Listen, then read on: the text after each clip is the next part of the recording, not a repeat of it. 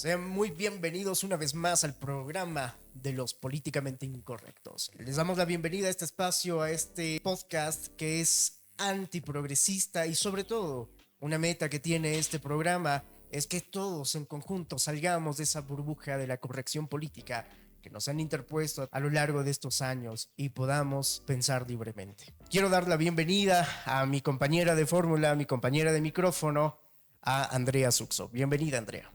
¿Cómo están? Muchas gracias, Adrián. Gracias a todos los que nos siguen día a día en nuestros programas que vamos sacando, más que todo para fortalecer la parte académica, generar pensamiento crítico.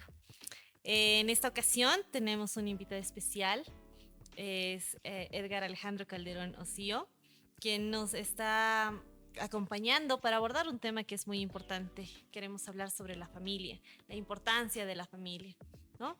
¿Quién es Edgar Alejandro Calderón Osío? Edgar es activista y divulgador en temas de defensa y promoción de la familia, la dignidad humana y la libertad de fe. Tiene estudios en psicología, teología cristiana, gestión de proyectos. Cuenta con diplomados en liderazgo pastoral, ideología de género y corrientes relacionadas. Otro diplomado sobre gestión política y democracia participativa. Tiene experiencia como profesor, director, consultor, asesor y coordinador en diversas organizaciones y movimientos civiles y eclesiales. Actualmente es director de proyectos y gerente en recursos humanos. ¿Cómo estás, Edgar? Bienvenido y muchas gracias por haber aceptado la invitación. Muchas gracias por invitarme. Un placer estar acá. Un saludo cordial a la audiencia. Muchísimas gracias más bien, Edgar, por acompañarnos. Es un privilegio, es un honor poder compartir contigo micrófono. Eh, esta conversación la hemos estado planeando con Andrea, ya estábamos planificando y éramos de, tenemos que traerlo a Edgar, en qué momento, cómo armamos. Y al fin ya 2024, marzo, se da la oportunidad de tenerte con nosotros. Bienvenido y muchísimas gracias por aceptar la invitación. Eh, Justamente vamos a hablar del asunto de la familia. El asunto de la familia es algo que a la vez significa mucho, pero a la vez es como que el significante ha cambiado y puede de que ya no significa nada. Al igual que si vamos a hablar de términos, por ejemplo, como es el matrimonio, lo que es la familia, lo que es, por ejemplo, la mujer, ya no llega a significar casi nada de lo que en un principio esencial significaba o tenía un significado esencial. Así que quiero poder empezar con una preguntita y es importante para poder conceptualizar al público de qué vamos a hablar hoy día, o sea, ¿qué es la familia? Es una importantísima pregunta, más que todo, como decías, en estos tiempos posmodernos que corren, donde se deconstruye todo, ¿no? Se desacraliza todo, el concepto de identidad masculina, femenina, el concepto de matrimonio, como lo decías.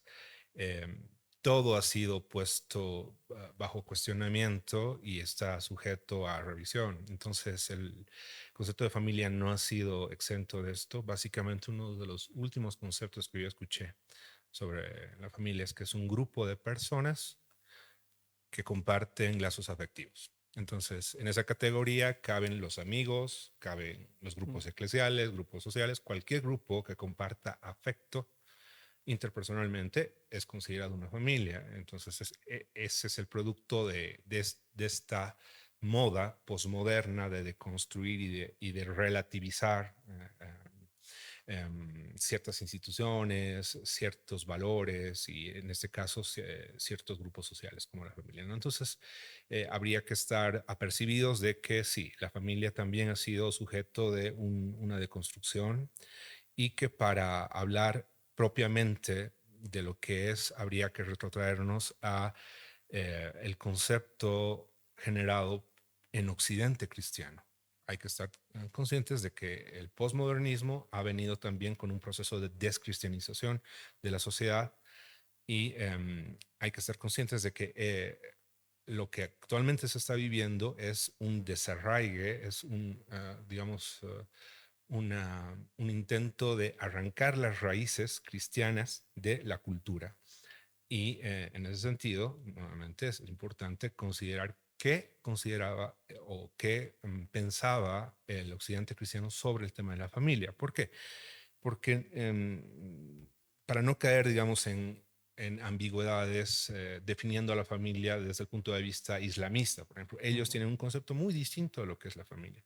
El concepto que tenemos nosotros o que conocemos generalmente, que viene incluso en el derecho romano, que fue rescatado por el cristianismo, es el de la familia como un grupo social compuesto por un varón y una mujer, entre paréntesis, adultos, que tienen uno o más hijos y que a partir de esa relación tienen una función económica, tienen una función protectora, tienen una función educativa, tienen una función afectiva y tienen una función moral. Ese sería el concepto más genérico, digamos, que podríamos usar, pero más preciso también para definir lo que es la familia, nuevamente desde una perspectiva premoderna, si se quiere así, ¿no? Porque sabemos que la modernidad y la posmodernidad, que es una especie de hipertrofia de la modernidad, han venido a deformar esos conceptos. Entonces, cuando hablamos de familia, nos estamos refiriendo a eso, ¿no? A dos adultos de sexo distinto, varón y mujer, que tienen prole, y podríamos profundizar mucho más en esto, ¿no? Esta unión tiene que ver con vínculos consanguíneos de primer grado, ¿no? No es lo mismo una familia con abuelos, nietos, que sería una familia con vínculos consanguíneos de segundo grado, que una familia extensa, con tíos, primos, que sería una familia de tercer grado, ¿no? Entonces, desde un punto de vista biológico, la familia tiene esta caracterización. Es un grupo humano que genéticamente está vinculado. Hoy en día, por todo este proceso de desfiguramiento que ha habido de la familia, hoy se concibe familias que son a veces ensambladas, ¿no? Es la familia del padre, los hijos del padre se unen con una familia anterior de la madre y ya no hay vínculos consanguíneos entre los hermanos, por ejemplo, ¿no? Entonces, se da ese tipo de cosas, se considera familia a una mamá viviendo con sus hijos, o a un padre viviendo con sus hijos, o a dos padres, o a tres padres. Yo escuché hace poco tiempo que en Colombia se promovía la idea de que cuatro padres puedan turnarse para criar a los hijos. En Canadá, por ejemplo, ya se está dando la idea ya se está practicando la idea de familias cooperativas, ¿no? El niño va turnándose, viviendo con múltiples familias, a veces parejas de lesbianas, a veces hombres solos, a veces mujeres solas. Es todo un caos y para evitar eso es preciso volver a los conceptos esenciales. Nuevamente, la familia desde un punto de vista, si se quiere, antropológico, vendría a ser ese grupo donde se comparten lazos consanguíneos, pero esa es una visión muy biologicista, ¿no? Es una visión netamente materialista de lo que es la familia. Yo personalmente considero que la familia es una unidad biopsicosocial espiritual, no solamente biológica, tiene una connotación psicológica, mental, cognitiva, cultural, también tiene una connotación afectiva, donde hay emociones, una vinculación de amor, de cariño, y también tiene una dimensión espiritual, o entiéndase religiosa, ¿no? Hay una transmisión de valores, de una fe determinada, de cierta manera, de cierta cosmovisión de comprender la realidad que brinda la religión también, ¿no? Entonces, bueno, extendiendo un poco, así a grosso modo definiríamos a la familia. Claro, así como tú nos indicabas, Edgar, esa conceptualización que viene incluso desde Roma, nosotros adoptamos todo aquello en el cual el pater familias tenía esa protección hacia la familia, generaba la autoridad, velaba por el hecho de que el honor y el nombre estén bien llevados por todos los miembros de la familia, que ahí entendemos en la transmisión de valores.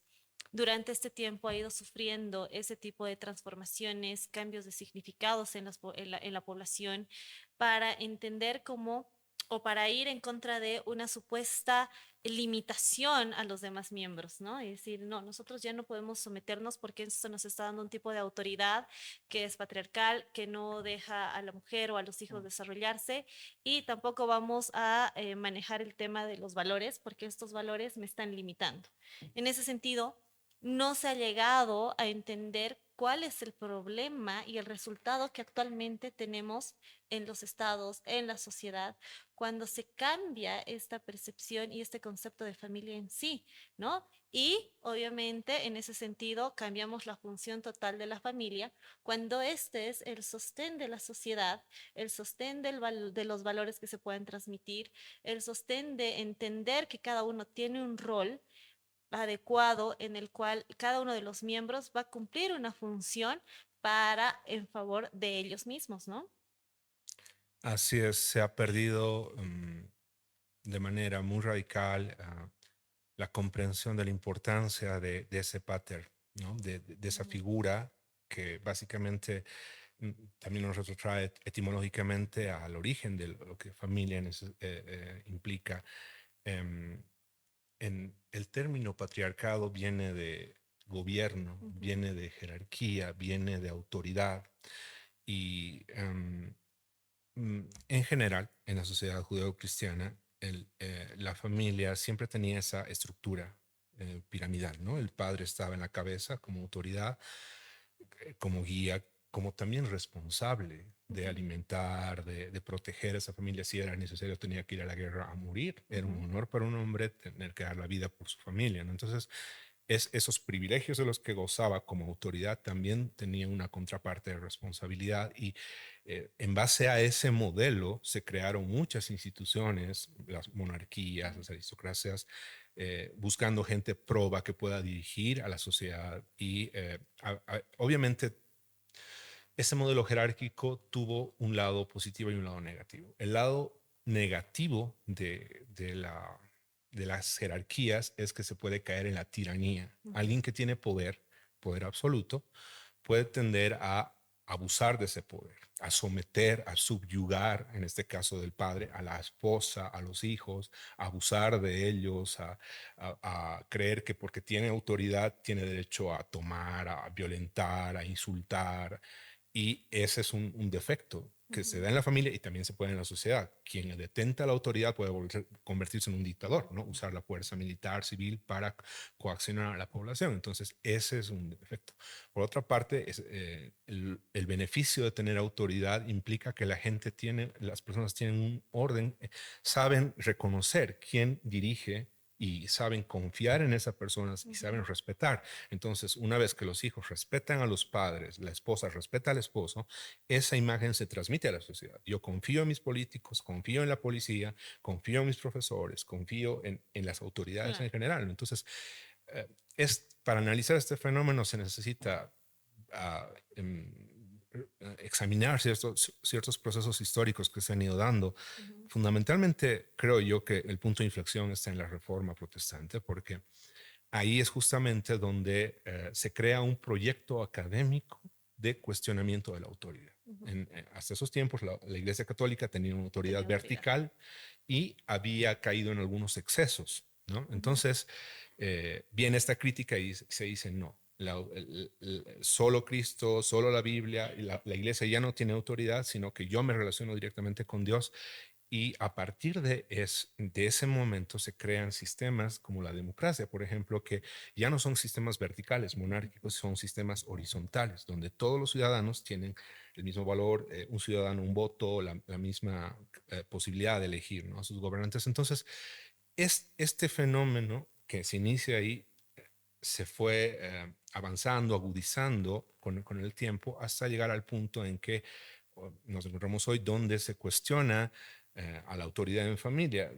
Quizás en algún momento escucharon de las teorías de Freud, por ejemplo. Freud, en 1920, él decía que el ser humano tiene esencialmente un impulso sexual, que es un impulso vital, y que existe una estructura interna que es el superyo, que vendría a ser las normas culturales que reprimen a ese instinto sexual y le crean neurosis, psicosis y un montón de cuadros disfuncionales, ¿no? Entonces, él decía, en la medida en la que este superior se desvanezca, el sujeto va a ser puede ser más pleno. ¿Y qué pasa? Con los teóricos post-freudianos y freudio-marxistas que unifican teorías políticas con las ideas de Freud, ellos identifican a la familia y particularmente al padre como la figura opresora Ujú, de los jóvenes. Entonces empieza a manejar un discurso ya a partir de esos años, en el Mayo francés, 1968,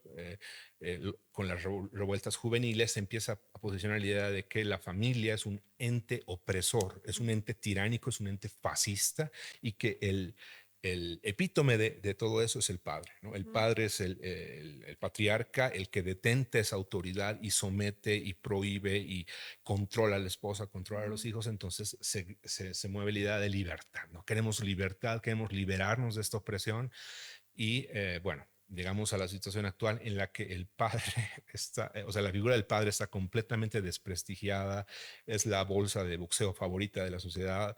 Si, se puede ver en los canales de televisión, si Sí. quieres hacerte la burla de un hombre, de un padre, puedes decirle lo que te dé la gana, pero si te haces la burla de la mujer, a ella tienes Ahí serios sí. problemas. Entonces, Es que es vulnerable.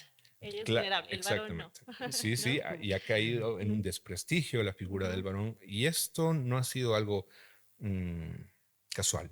No ha sido algo ujú, espontáneo, no ha sido un desarrollo natural que ha venido a la familia, sino que eh, estudiosos como Agustín Laje, varios sociólogos han identificado que hubo un cambio de discurso para desmantelar a la familia, para arrebatarle derechos, arrebatarle funciones, arrebatarle facultades y ha estado vigente más o menos desde 1920, como les decía, la psicología ha hecho su aporte a eso, entre comillas, la la sociología también, la sociología. antropología Ujú, también, varias disciplinas científicas y varios, inclusive grupos intelectuales como la Escuela de Frankfurt, los postmodernos, Derrida, Foucault, ellos dieron su aporte, digamos, para empezar a ujú. cuestionar la estructura familiar y fundamentalmente medrar la figura del padre y bueno, quienes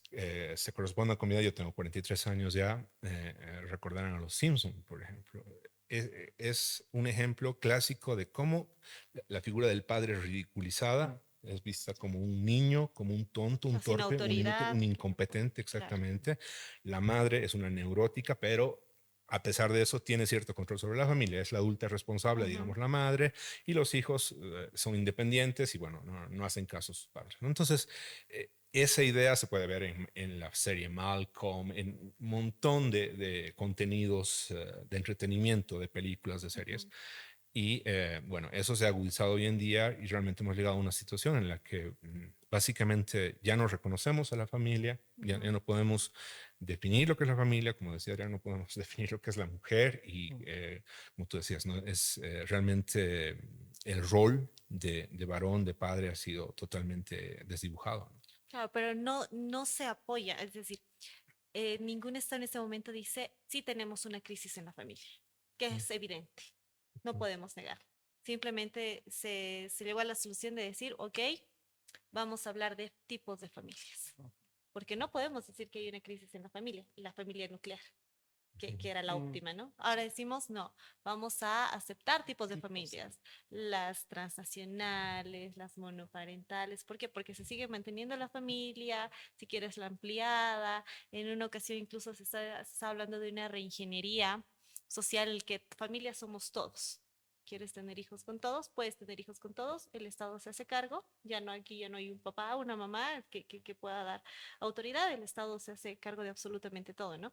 Entonces, entendiendo que la familia es el núcleo de la sociedad, no podemos decir que hay una crisis, simplemente tenemos que empezar a decir, bueno, todos somos familia, la familia se sigue manteniendo, miren cómo nos queremos. Si no quieres estar bajo la autoridad de tu papá o tu mamá, no importa, no es necesario.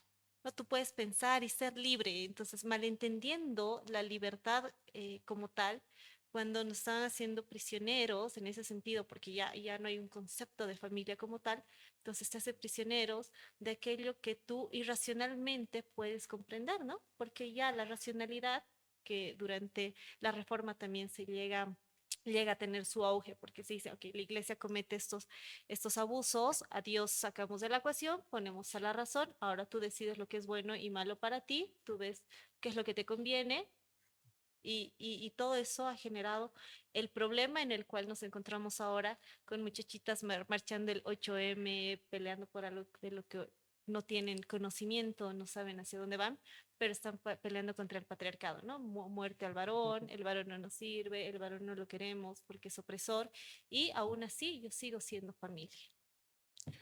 Así es. A ver, esta cuestión de la relativización de la familia, lo que decías, ¿no? Em, en lógica, cuando todo es algo, nada es algo.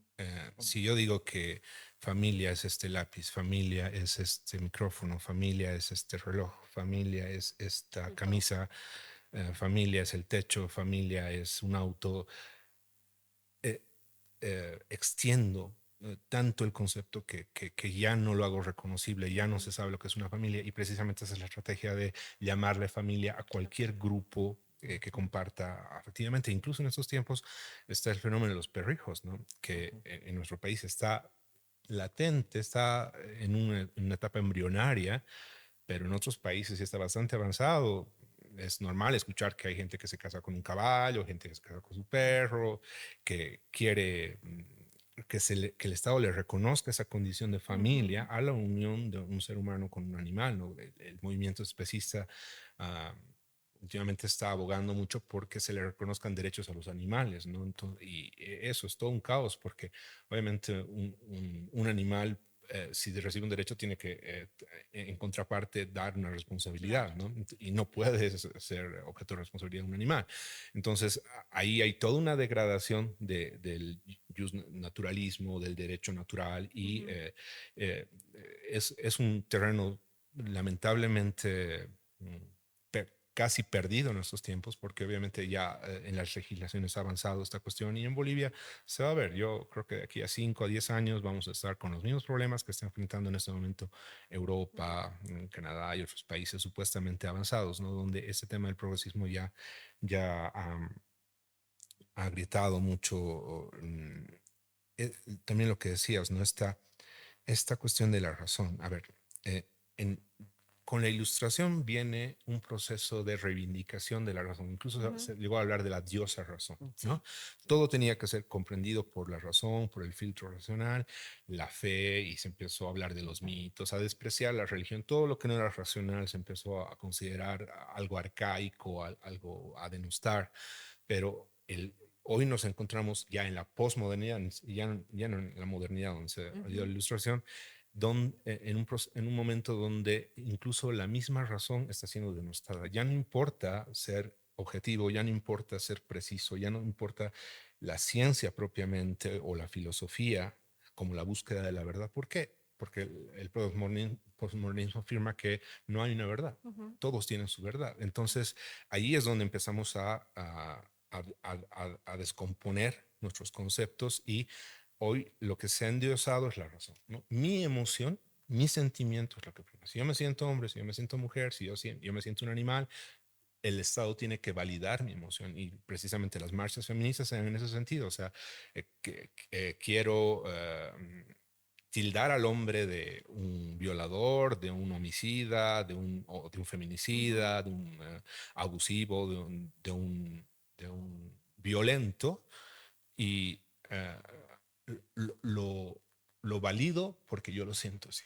No necesito evidencia, ¿no? Y me ciego ante la posibilidad de que la mujer pueda ser violenta con los niños, pueda ser violenta con los ancianos. No, eso no es posible. La mujer es un ángel de luz, un ser puro, que es incapaz de cometer violencia, y el hombre es el origen de todo el De sufrimiento, de todos toda la los males, injusticia. ¿no? Exactamente. Entonces, eso está basado en el sentimiento, eso no es racionalidad, por eso se le llama ideología, ¿no? Que claro, no Es tiene algo que ningún... está volteado o peleado directamente con la realidad.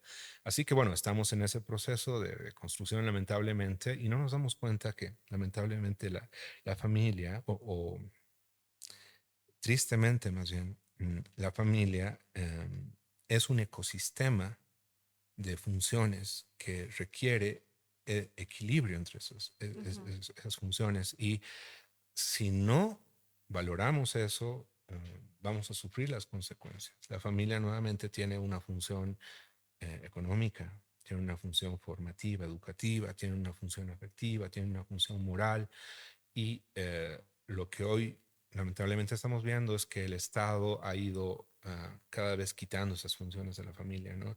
El tema de protección, el tema de provisión económica con bonos, subsidios a las Ujú. madres, etcétera, se lo ha estado arrebatando. El tema educativo con las escuelas, el monopolio de la educación, ¿no? El Totalmente. Estado ha empezado a detentar el derecho a educar a la gente, cuando en realidad, incluso en la primera declaración de los derechos humanos de 1946, se indica que los padres tienen el derecho preferente a elegir la educación de sus hijos. Y ese artículo particular se puso a partir de la experiencia de los nazis, porque Ujú. ellos vieron cómo los nazis quisieron arrancar a los niños de sus familias y adoctrinarlos. Entonces, Ujú. para evitar eso, se dijo que los padres son los que tienen el derecho. Se reconoció ese derecho del pater familias, etcétera, y eso vemos que hoy ya no está vigente, ¿no? Que son los estados los que cada vez están atribuyéndose esas cuestiones. Se apropiaron de la parte económica, se apropiaron de la parte educativa y hoy en día se quieren adueñar de la Ujú. parte afectiva. Afectivo. Quieren decirle a los individuos con quién pueden estar, con quién no pueden estar sexualmente Ujú. hablando, con quién pueden relacionarse, cómo relacionarse, cuando ese es un aspecto privativo de la familia, de cómo los padres forman a sus hijos en torno a eso. Y también se está formando esta especie de neoreligión, ¿no? Ujú. El Estado quiere convertirse en una especie de, de ente religioso, espiritual, al hablar del ecologismo, ¿no? El clima es el nuevo Dios. El clima, la Pachamama es el ente a adorar, e incluso tenemos que adorarlo a tal punto que tenemos que sacrificar a nuestros propios hijos abortándolos para no enojar al Dios del clima, porque si tenemos muchos hijos, vamos a sobrepoblar el mundo y esos hijos van a consumir recursos y van a dañar la Ujú. naturaleza. Entonces hay todo un relato incesante desde los medios de comunicación, desde el entretenimiento, desde las escuelas, desde la academia, desde la política que está llegando a la gente para desincentivar que la familia vuelva a su estructura primordial, a ese equilibrio de ese ecosistema de funciones básicas. Y creo que realmente el estar conscientes de esto y del daño que está haciendo este desmantelamiento de la familia es clave para tener un diagnóstico, ¿no? Para Ujú. sobre esa base poder empezar a trabajar alguna especie de solución. Claro que sí. Y justamente que hace un rato hablábamos un poco de Foucault, se habla de ese aspecto de la microfísica del poder, de que el Ujú. poder ya no simplemente es un, pongámoslo como un rey al súbdito, sino que también el poder se demuestra en la relación de dos o más personas.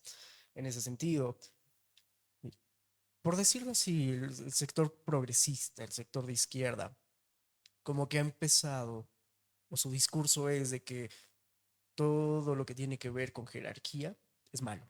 Todo lo que tiene que ver con una relación vertical es totalmente malo. E incluso dentro de la familia, porque me ha tocado escuchar que no, que el papá no debería ser tan autoritario, que no debería ser muy estricto y esto que lo otro, sino que tiene que tener una relación así de amigos con los hijos, una relación ya entonces horizontal, ya no vertical, como justamente hace rato daba la referencia de los ejes, Edgar. Entonces, en ese sentido, si se ha perdido ese formato vertical y ahora estamos en algo horizontal, donde incluso el propio padre es juzgado de cómo va a criar o a corregir a su hijo. ¿Cómo de pronto entonces nosotros tendríamos que volver a aquello que se lo ha perdido de alguna forma, que ya ha sido de alguna forma demonizado esa figura paternal? Muy buena pregunta. Es esta cuestión de construcción de la autoridad, ¿no? Como te decía, viene ya del siglo XVI y Foucault sí le da un tiro certero, ¿no? Al cristianismo, a las estructuras jerárquicas de la sociedad en general y por supuesto a la familia con ese cuestionamiento. Y básicamente estos grupos progresistas entienden que todo es una lucha de poder, ¿no? Ujú. Poder entre los indigenistas y los nativos de un lugar, los nacionalistas o los patriotas, por llamarse así, o es un choque entre mujeres y hombres, o es un choque entre homosexuales y heterosexuales, o es un choque entre especistas y no especistas. Se busca esa dicotomía donde se ven asimetrías de poder, ¿no? Y la panacea para estos grupos es derribar esas asimetrías de poder y lograr una horizontalidad total. Y en el contexto de la familia eso se le ha llamado hoy en día democratización de la familia, ¿no? Es interesante, ¿no? Porque nuevamente la democracia es un sistema donde cada ciudadano tiene el mismo valor en su voto, ¿no? Entonces, supuestamente la familia, si hay una familia democrática, el padre, la madre y los hijos tienen el mismo poder de decisión. Es decir, si una familia normal, un papá y una mamá tienen 3 hijos y quieren decidir qué vamos a almorzar en la semana, los hijos pueden votar y tienen el mismo poder. Y si los 3 hijos se ponen de acuerdo, pueden decir, comemos golosinas toda la semana. Sí. No. Entonces, se nota ahí cómo ya se pretende desvirtuar la autoridad del padre y también de la madre. Y en todo caso, nuevamente es el Estado el que quiere atribuirse esa autoridad, ¿no? Y bueno, se desdibuja obviamente los límites, se desdibuja la racionalidad en pro de este igualitarismo que nos venden hoy en día como la panacea. Hoy se habla mucho de la diversidad, de la igualdad y de la inclusión, como si fuesen el norte a llegar y como si fuese la gran solución a la realidad. Entonces, por eso se habla de inclusión de género, diversidad de género, igualdad de género. Y realmente cuando uno analiza en el fondo estas teorías, sí tienen que ver con estas ideologías que conciben a la realidad de una manera sesgada, ¿no? Porque analizar a la familia desde un punto de vista de poder es bonito, es un análisis académico interesante, pero no es todo, no es todo objetivo. En la familia tienes que ver analizar muchas más variables que el poder. Está la variable de la autoridad moral, quien hace el bien a su esposa, el padre que cumple con su responsabilidad de amar a sus hijos, de proveerles, de darles cariño, de orientarlos, de guiarles en su fe. Obviamente se gana el respeto, se gana la confianza de su esposa y de sus hijos, y eso ya no es poder, o sea, ya no es una capacidad de controlar, de yo te muevo, yo te dirijo, sino que es autoridad moral donde la gente voluntariamente accede a seguir y a obedecer a alguien porque lo respeta, porque confía en él. Entonces, esa es otra variable. El amor, por ejemplo, es otra variable que se saca completamente de la ecuación con el tema poder, ¿no? Ya no importa el amor, ya no importa la moralidad del líder, solamente importa quién tiene poder y quién no lo tiene, ¿no? Entonces, hay que tener mucho cuidado con caer en estos juegos semánticos, en estos juegos lingüísticos que nos enredan con conceptos muy abstractos y que nos privan de ver la multiplicidad de factores que están dentro de la familia y dentro de la sociedad, ¿no? Particularmente creo que la solución obviamente a esto es nuevamente retomar una comprensión más clara de lo que es el ser humano, no irnos a un punto de vista material, porque generalmente ahí radica la muy buena parte de esta discusión actual, ¿no? En economía. ¿Quién tiene el poder económico? ¿No? Los pobres, los ricos, las mujeres, los hombres, etcétera. Y no nos damos cuenta que estamos con una especie de paradigma, ¿no? Unos lentes que solamente nos dejan ver la parte económica. Entonces, en términos económicos, juzgamos todo y queremos resolverlo todo en términos económicos. Y los seres humanos somos más que seres económicos, ¿no? También somos seres realmente cognitivos, somos seres afectivos y somos seres espirituales. Entonces, para analizar la problemática de la familia, es necesario tener una concepción más completa, más plena de lo que es propiamente el ser humano, porque la familia está compuesta por seres humanos, por individuos, ¿no? Entonces, para comprender esa interacción, esa dinámica familiar, hay que comprender al individuo primero, y para eso creo yo lo conveniente es, si bien no está mal estudiar a Foucault, no está mal estudiar a Nietzsche, no está mal estudiar a Derrida, no está mal estudiar a la escuela de Frankfurt, a Horkheimer, etcétera, también es bueno beber de esa cultura que vio florecer a la familia, que ayudó a florecer a la familia, que es Santo Tomás de Aquino, San Agustín. O sea, entender cómo ellos concebían a esa familia, a la familia, el rol de la mujer, el rol del varón, y equilibrar y desde un punto de vista racional analizar qué es mejor corto, mediano y largo plazo aplicar.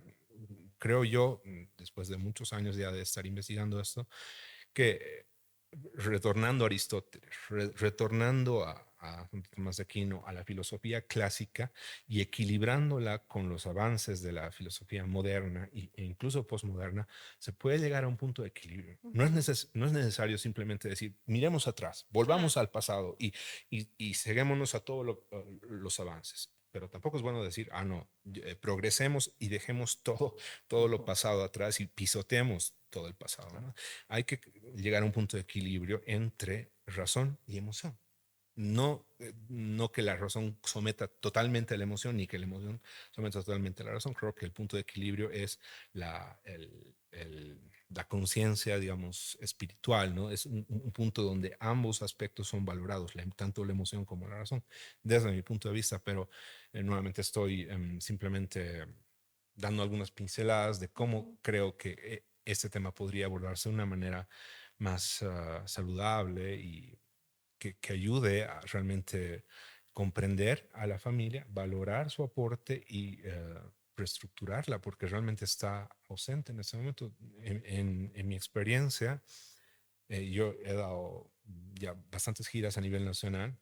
Hace poco más de un año estuve ya en una gira casi por todo el país y ahí pude ver cómo la mayoría de las mujeres que asistían a las conferencias, que eran muchas, eran madres solteras. Todas eran, o el 9 de cada 10 eran madres solteras. Esto nos da una señal de de a cuán avanzada está esta ideología y cómo está también avanzada esta agenda de construcción de la familia, ¿no? Básicamente el padre ya no está presente en el hogar, ya es una especie de monigote nuevamente para la sociedad realmente creo que este proceso de descomposición de la familia puede frenarse, pero realmente es un proceso muy, muy largo que requiere mucha meditación y requiere mucho esfuerzo por parte de la ciudadanía. Creo que fundamentalmente los varones tenemos que estar conscientes de nuestro rol, nuestra responsabilidad, retomar una agenda, si se puede llamar así, una agenda valórica que restituya la masculinidad en su mejor versión, ¿no? Dejarnos de estas ideas de la masculinidad tóxica, de que los hombres somos potenciales violadores, potenciales feminicidas, potenciales violadores y centrarnos o reconocer que nuestra naturaleza, por supuesto, tiene un lado malo, tiene un lado negativo, tiene un lado tiránico, autoritario. Reconocer esa parte mantener la raya, pero también usar lo positivo de ser varón. En este caso, la agresividad no es del todo mala. La agresividad te sirve para defender a tu familia. Claro. Si alguien quiere asaltarla, la defiendes con tu fuerza física. Hay muchas maneras en las que se puede, digamos, encauzar toda esa fuerza masculina y la mujer reconocer su rol femenino, su delicadeza, su sensibilidad, su dulzura como algo que es bueno y aporta, porque eso es lo interesante de la familia, se da esa unión, ¿no? Entre dos polos distintos, entre dos identidades, dos roles distintos, donde el hombre aporta una energía masculina, aporta más seguridad, aporta firmeza, aporta normas, aporta deberes en la familia, un orden a la familia, y la mujer aporta con su feminidad, con delicadeza, con cariño, integra a la familia. La mujer tiene esa sensibilidad que el hombre a veces no la tiene. Y ese equilibrio es el que creo yo logra traer armonía a la vida de los hijos y ayuda a generar ciudadanos de bien. Estos hijos con un buen modelo paterno, y quiero hacer un paréntesis acá para que no se me interprete, ¿no? Una cosa es que el padre sea estricto, ponga normas, sea firme, y que la mujer sea delicada, sumisa, amable, cariñosa, y creer que el hombre tiene que radicalizarse en un rol y la mujer tiene que radicalizarse en otro. Precisamente el amor, la relación de pareja tiene que ver con que el hombre se vuelve vulnerable con la mujer. Por la mujer se vuelve amable, se vuelve cariñoso, se vuelve delicado, ¿no? Y la mujer por el hombre, para comprender un poco al hombre también, adquiere ciertos rasgos, ¿no? De firmeza, de orden, de disciplina. Esa dinámica se da en la familia. No sé si lo han visto ustedes. Yo lo he visto muy, muy frecuentemente. Cuando el padre no está presente en la familia, la mujer termina asumiendo el rol del hombre, termina masculinizándose, sacrifica su propia feminidad para dar reglas a los hijos, para criar a veces a varones que son muy difíciles, ¿no? Entonces, se da esta dinámica y lo propio, cuando el padre tiene que estar solo con los hijos, a veces tiene que feminizarse un poco para ablandarse un poquito y la realidad, nuevamente, no la ideología, sino la realidad de la naturaleza humana nos lleva a que la clave está en que cada quien saque lo mejor de sí, de su propia naturaleza, y eso también se conviene en el marco de una relación, de una familia, ¿no? Para poder, como les decía, restituir es la armonía, el respeto, la confianza, este sistema que viene como consecuencia de todo, de el orden o de una familia bien estructurada, ¿no? Claro, y es importante lo que tú indicas porque en ese sentido en que las mujeres ahora nos están vendiendo la idea de que podemos ser independientes, de que no tenemos que tener la sumisión, malentendida el término de sumisión, porque es algo maravilloso que tiene la mujer en sí, e ir en contra de estos roles.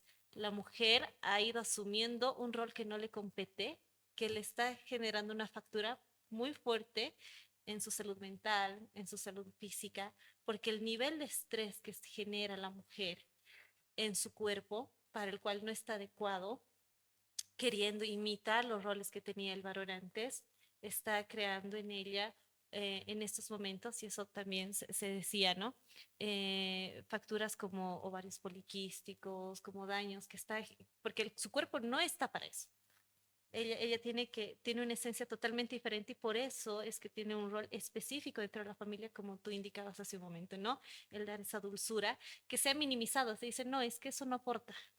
Nosotros tenemos que aportar de otra forma, tenemos que ser iguales ante el varón y se malinterpreta incluso la igualdad, porque la mujer y el varón son seres totalmente diferentes, pero que trabajan en complementariedad. ¿No? La mujer está en el rol de educar a los hijos, dar esa protección a los hijos, generar valores en los hijos, que no es menos de lo que el varón puede darnos en cuanto a la provisión económica, a la protección. Es bastante fuerte porque estamos formando seres, Nuevos ciudadanos. nuevos ciudadanos, seres pensantes, y eso depende de la mujer. Entonces el rol es igual de fuerte al del varón, pero dentro de lo que nosotros tenemos que realizar, ¿no? Pero esas funciones se han cambiado porque dicen, no, ahora tú tienes que ir en contra de aquello. La sumisión es mala. Si tú eres sumisa, no eres una mujer empoderada, no eres una mujer independiente, no eres una mujer que pueda valerse por sí mismo. Y ahí tenemos a mujeres que ahora están con los perritos o los animalitos como hijos, que dicen, no quiero aquello, no quiero el otro, pero el cuerpo llega a un nivel de estrés tan alto en ellas que tenemos problemas, como decía hace un momento, físicos en ella. Y el varón que ya no quiere asumir nada, porque eso pues yo ya no puedo asumir, porque como ella se hace cargo de todo, entonces yo prefiero mantenerme al margen. Ella se va a hacer cargo de proveer, ella se va a hacer cargo de los hijos, ella se va a hacer cargo de absolutamente todo. Y ahí tenemos parodias incluso en lo que ponen al hombre ridiculizándolo, haciendo las labores de casa, y la mujer entrando con autoridad y maltratando al varón, ¿no? Ujú. Es interesante todo lo que señalas. Um, Creo que es vital subrayar que desde el punto de vista teológico, yo estudié Uh -huh. teología, la sumisión de la mujer no es sinónimo de subyugación, no es Correcto. sinónimo de esclavitud de la mujer. Uh -huh. La sumisión de la mujer es una obediencia, por supuesto, un sometimiento voluntario ante un esposo que cumple como Jesucristo cumplió por la iglesia, que dio su Su vida, o sea, vida. es el padre que da la vida por su familia, que provee, que se sacrifica, que trabaja de sol a sol para mantener bien a su. Ese hombre merece sumisión. O un hombre violento, un hombre agresivo, nuevamente, que insulta, que maltrata, no en lo absoluto es merecedor de eso desde un punto de vista valórico cristiano, ¿no? Ahora bien, está también ese tema de la indiferenciación sexual que hay, este intercambio de identidades entre varón y mujer, ¿no? Es importante señalar que la solución que se está vendiendo hoy es que el hombre se feminice, que el hombre sea delicado, que el hombre sea sumiso, que el hombre sea ah, afeminado, Incluso que se declaran feministas los varones. exactamente, y ¿No? hay hombres que se autoflagelan, ¿no? Ujú. Hombres antipatriarcales, somos los aliados feministas, Ujú. y bueno, se inculpan a sí mismos, asumen esta narrativa y se creen los malos de la película e intentan purgar sus culpas, ¿no? Feminizándose o homosexualizándose, y la mujer está intentando adoptar la figura clásica del varón, fuerte, independiente, proveedor. Hoy eso es lo que se promueve en las películas, en las series, en la narrativa contemporánea, ¿no? Entonces hay que estar muy atentos a esta disfunción de la sociedad. Realmente es algo que, como decías tú, está dañando físicamente, psicológicamente a la mujer, la está dañando incluso espiritualmente. Ujú. Em, la, lo que no vemos hoy en Bolivia, lo, lo podemos, nos podemos adelantar al futuro viendo lo que está pasando en Europa. Hay una epidemia de depresión, fundamentalmente en mujeres. Las mujeres que fueron feministas en los 60, 70, 80, 90, ya son ancianas. Nunca se casaron, terminaron criando gatos, mm, mueren solas, no tienen, se aíslan de su familia porque el, el vínculo del matrimonio no solamente te da una estabilidad a corto plazo o no solamente te provee económicamente o afectivamente en el corto plazo, sino que es un proyecto de vida hasta la muerte. Tienes una persona que te va a acompañar hasta tu vejez y tienes hijos, nietos que van a cuidar de ti como tú has cuidado de ellos por un deber moral. Y esto no tiene que ver con economía que yo te doy porque tú me das, nada que ver, no, no entre esa lógica.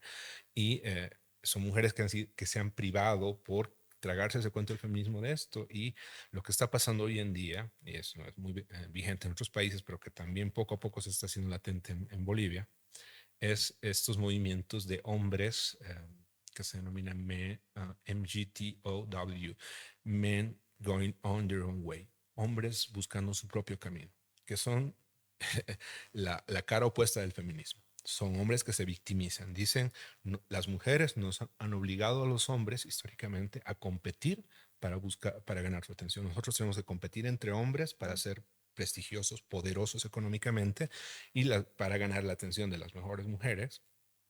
Y una vez que nos casamos con ellas, ellas tienen todo el poder, porque se pueden quedar con los hijos, se pueden quedar con buena parte de nuestros recursos y pueden incluso privarnos de ver a nuestros hijos. Así que nosotros, como hombres, elegimos no, no conquistar a las mujeres y permanecer célibes. eh, Se ha creado todo un movimiento de hombres en ese sentido que luchan por los derechos de los hombres supuestamente, pero que ven esta figura de que el hombre es el oprimido y la mujer Y es la la mujer es la opresora opresora. y es una dinámica realmente destructiva porque al fin y al cabo la ideología de género lo que está buscando es en el fondo es simplemente despoblacionismo, que no nos reproduzcamos más. Es una estrategia de despoblacionismo, porque si introduces esta idea de que el varón es el enemigo de la mujer, ninguna mujer en sus cinco sentidos se va a esclavizar, se va a querer Claro. someter, se va a hacer violentar voluntariamente en el marco del matrimonio y por ende tampoco se va a reproducir. Ujú. Y un hombre que vea a la mujer como su enemiga, como alguien que lo va a explotar económicamente, que le va a quitar a sus hijos, etcétera, tampoco va a querer reproducirse y eso es un desincentivo para la procreación, ¿no? Entonces, eso se da con el feminismo y con estos movimientos de derechos de los hombres.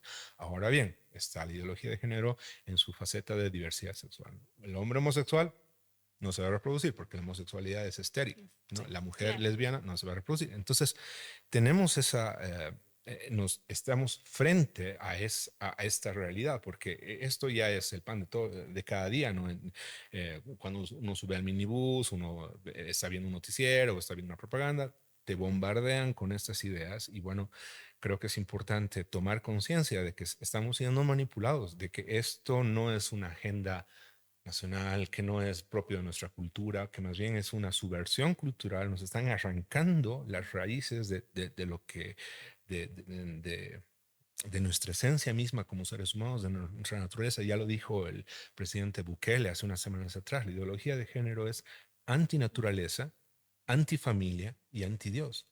El momento en que empecemos a reconocer que estas ideas del feminismo, del empoderamiento de la mujer, estas ideas de que existen muchos tipos de sexualidad, derivan en la destrucción de la familia, derivan en, una, en un alejamiento y un desdén de la comprensión de la naturaleza humana y nos alejan de una fe que le produjo a la humanidad beneficios políticos, en derechos humanos, a nivel tecnológico, a nivel científico, como el cristianismo.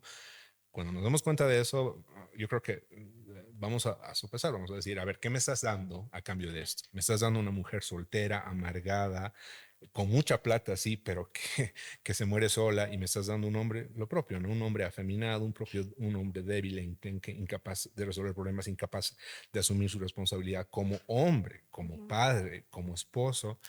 Eso es lo que me estás ofreciendo, esa es tu despatriarcalización, esa es tu famosa panacea de sociedad. Bueno, pues entonces habrá que pesar cuál es mejor, y personalmente creo, después de muchos años de analizar este fenómeno, que la estructura familiar cuesta, es mucho más sacrificado, es un camino largo, difícil, porque ese es uno de los grandes problemas, ¿no?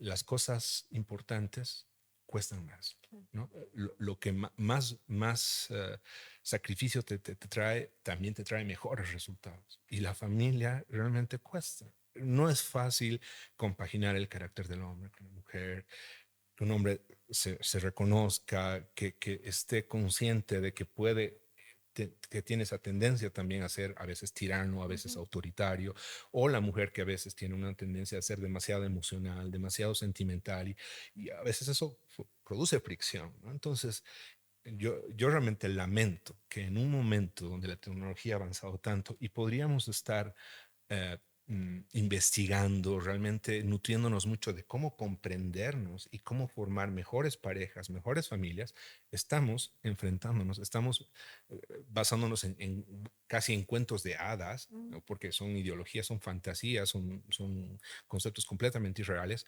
para pelearnos, para distanciarnos, para disgregarnos, y para colmo les damos el placer a estas élites, porque esto es una línea bajada desde la ONU, desde varias organizaciones multilaterales y supranacionales.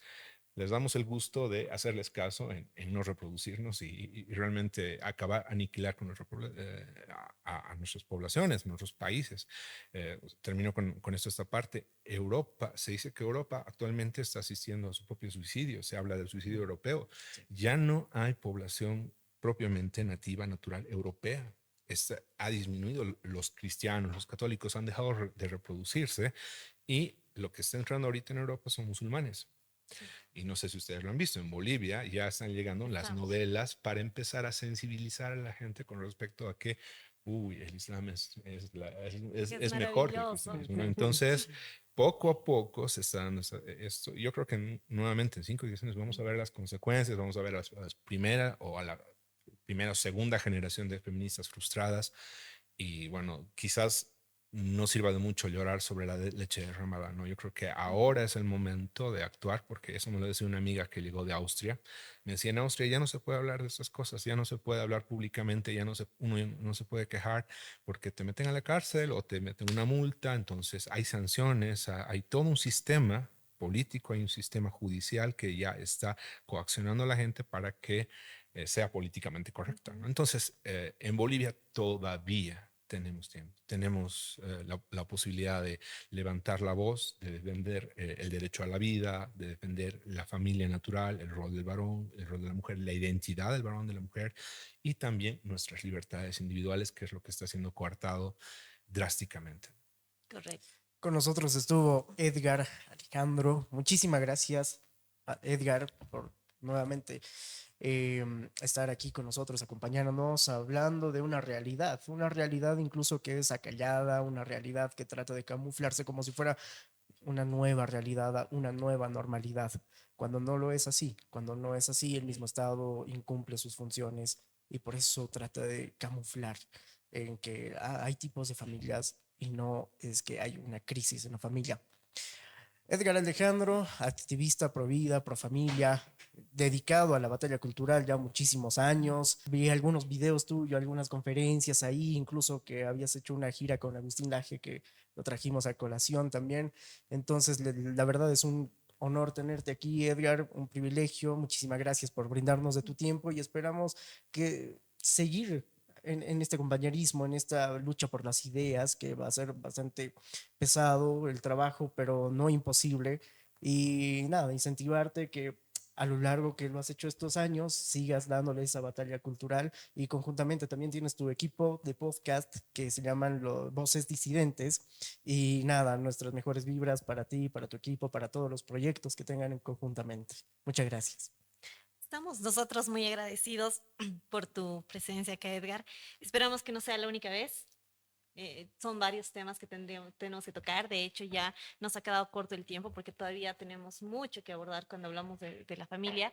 Y estamos muy agradecidos por tu aporte, por la lucha que sabemos que haces con estos temas, llegar a los jóvenes, llegar a las personas, para que entiendan que estamos realmente en este momento en una batalla cultural y que tenemos nosotros que levantar la manita y decir, bueno, yo no quiero seguir con esto y voy a proteger a mi familia, voy a proteger mis valores, voy a proteger mi identidad como persona y como tal. Muchas gracias, Edgar, por estar con nosotros. Infinitamente agradecido, un honor haber estado con ustedes y bueno, pues quienes nos han escuchado, animarles a defender el derecho a la vida, a defender a la familia, a defender nuestras libertades individuales, nuestras libertades a formar una familia, a criar a nuestros hijos, a educarlos conforme a nuestros valores y fundamentalmente nuestra libertad de ser políticamente incorrectos. Gracias. Muchísimas gracias. Hasta luego.